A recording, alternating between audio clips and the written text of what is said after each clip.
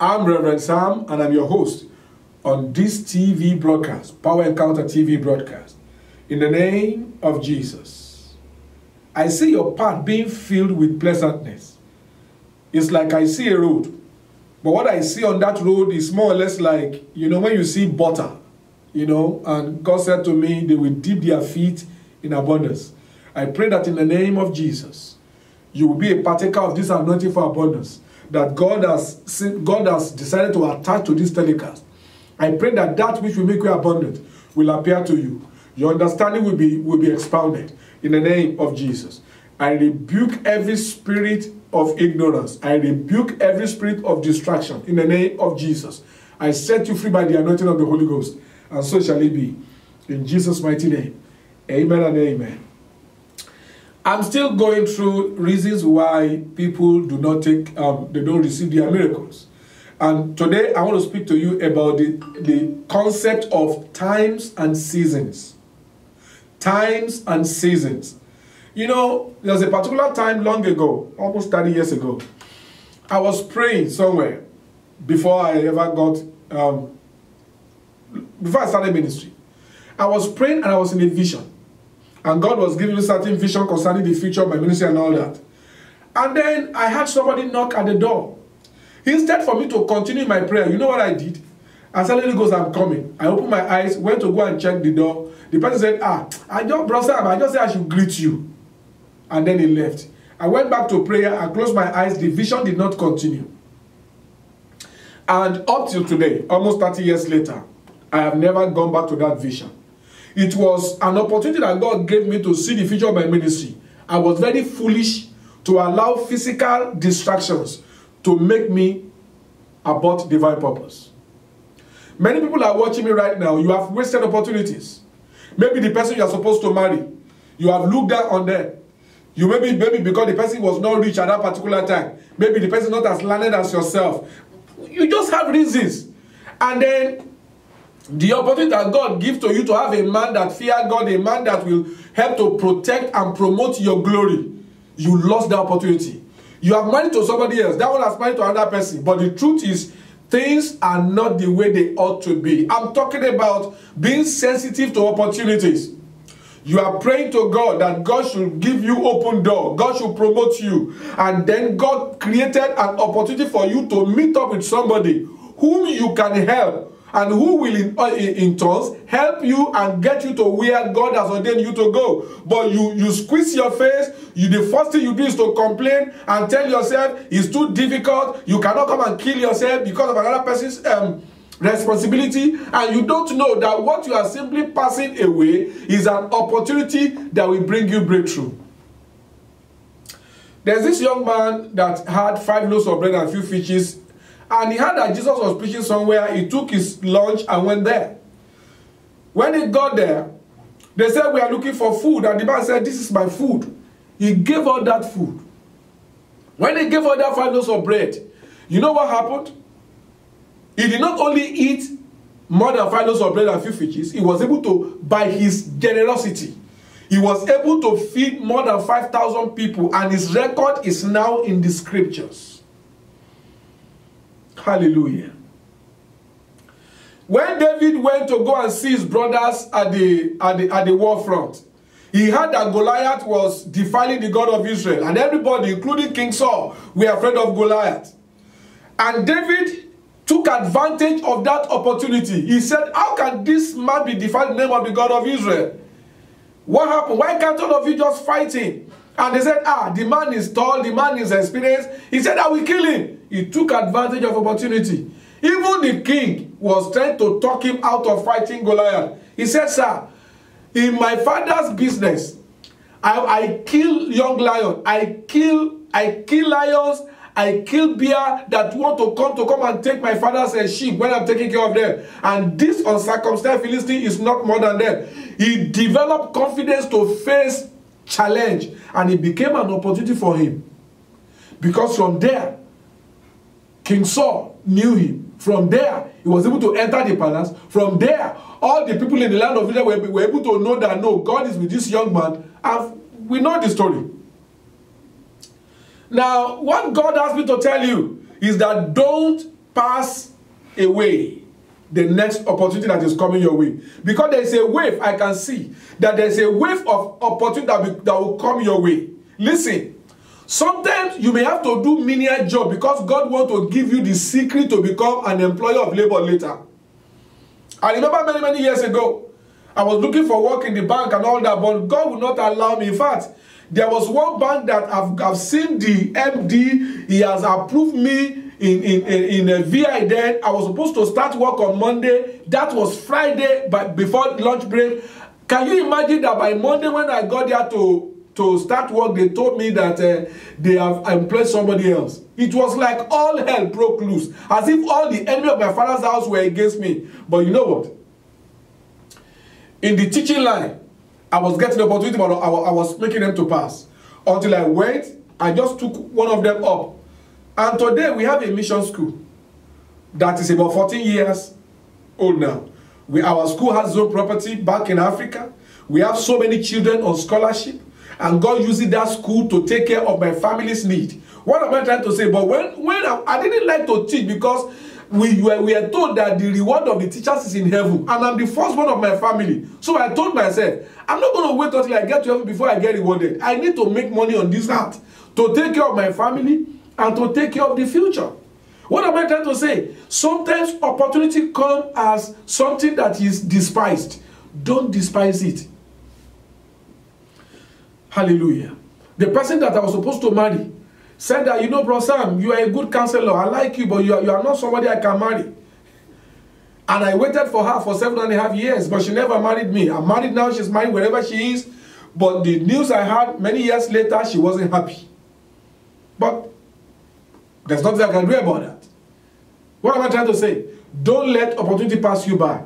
Now, in the book of Ecclesiastes chapter 9, verse 11, the Bible says, I returned and I saw under the sun that the race is not to the swift, that the fact that you can run fast does not mean you win the race.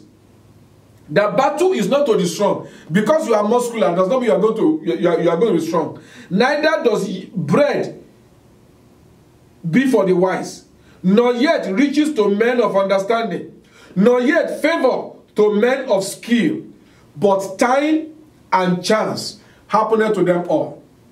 Time and chance. It's not your gifting per se, because there is always a time when your gifting will be needed. If you miss that opportunity, you may never get it again. There's always a time that God will want you to do certain things that will launch you into another realm of glory. But many of us, we are too consumed with immediate benefits that we don't look at the future benefits.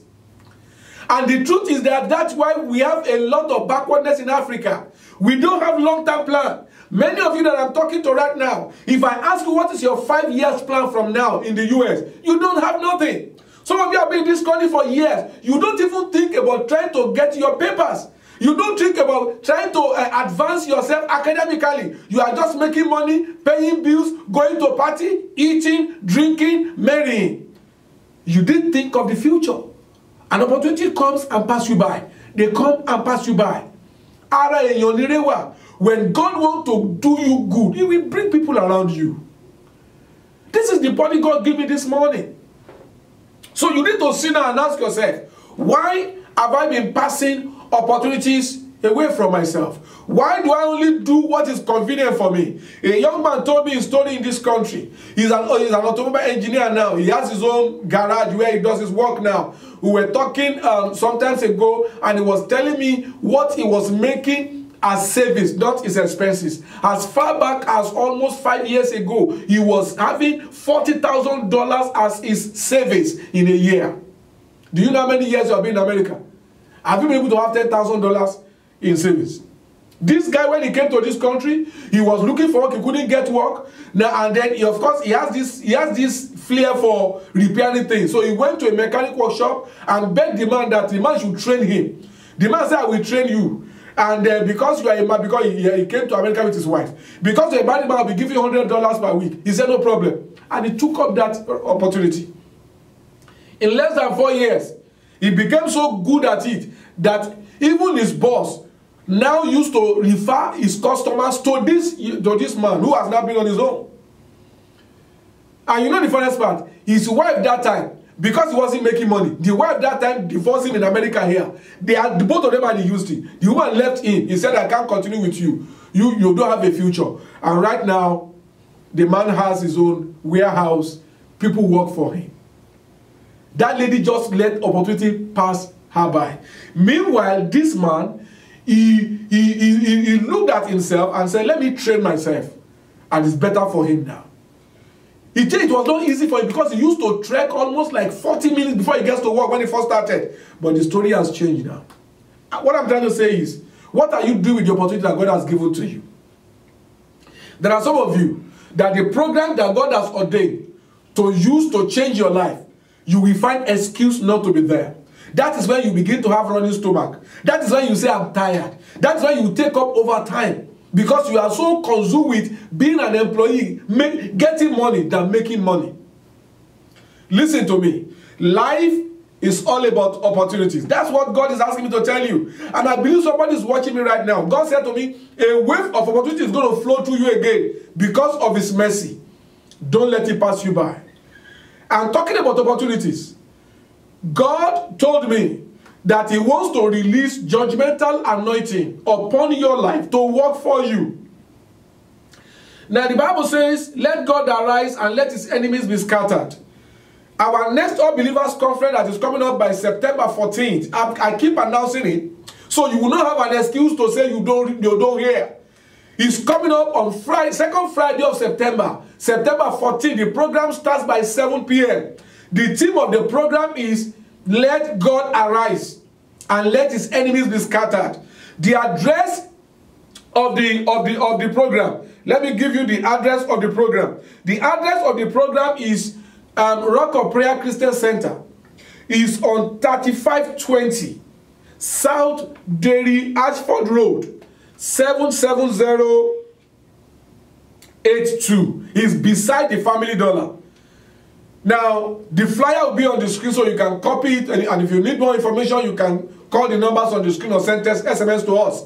Listen to me. It's an opportunity for things to change for you. Don't let it pass you by. I'll be trusting God to touch your life. God will touch your life.